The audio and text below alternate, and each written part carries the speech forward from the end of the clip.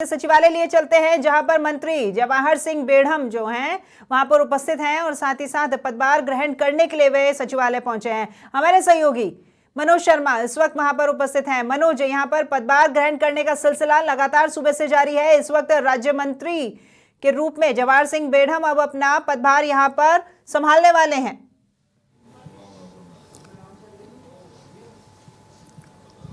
बिल्कुल, तमाम जो मंत्री हैं उन्होंने सचिवालय पहुंचकर अपने अपने का जो कार्यालय आवंटित हुआ है उसमें पदभार ग्रहण कर लिया है। और कह सकते हैं हमारे साथ मंत्री हैं जवाहर सिंह बेढ़म, पूर्वी राजस्थान से आते हैं, जानते थे जिस तरह से आप ज्वाइन किया है। पहले तो आपके लिए शुभकामनाएं, नया साल है उसके लिए भी शुभकामनाएं। क्या क्या आपकी प्राथमिकताएं रहेंगी पूरे प्रदेश में जो भी विभाग आपको मिलेगा? देखिए, सबसे पहले तो मैं आभार व्यक्त करूंगा माननीय मुख्यमंत्री जी का, देश के प्रधानमंत्री जी का और राष्ट्रीय और प्रदेश के संगठन का, जिन्होंने मेरे जैसे एक साधारण कार्यकर्ता को, साधारण किसान के बेटे को राजस्थान में मंत्री बना करके अहम जिम्मेदारी दी है। मैं उनका बहुत बहुत आभारी हूँ।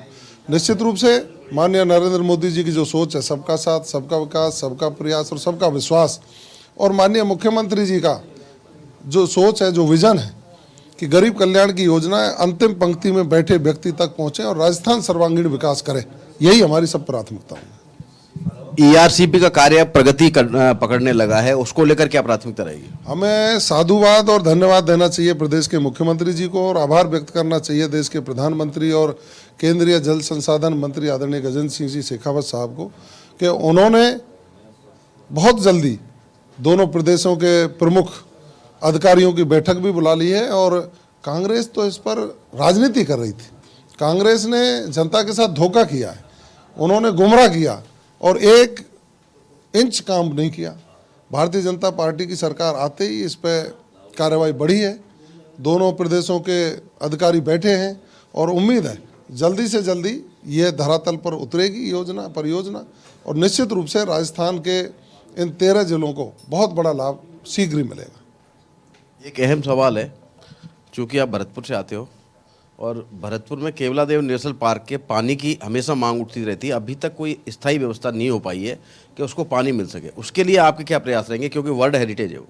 देखिए, गोवर्धन कैनाल और भरतपुर फीडर के माध्यम से समय समय पर उसमें पानी पहुंचाने का काम किया है।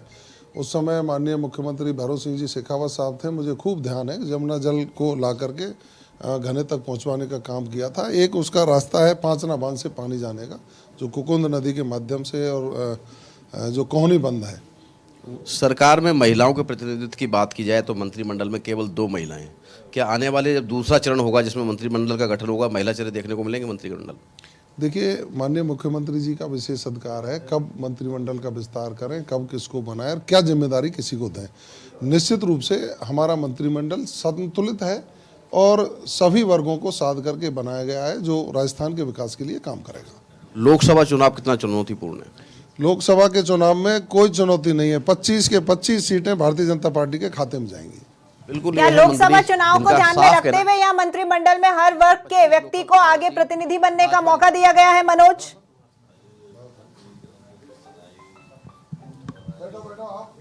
आइए बाबूलाल जी।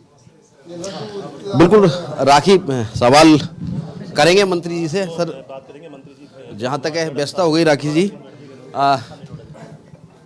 जी, फिलहाल अभी जिस तरह से बात हुई है, जो दावे किए हैं राखी मंत्री जी ने कि जो जी, बोलिए, आप बोलिए मनोज।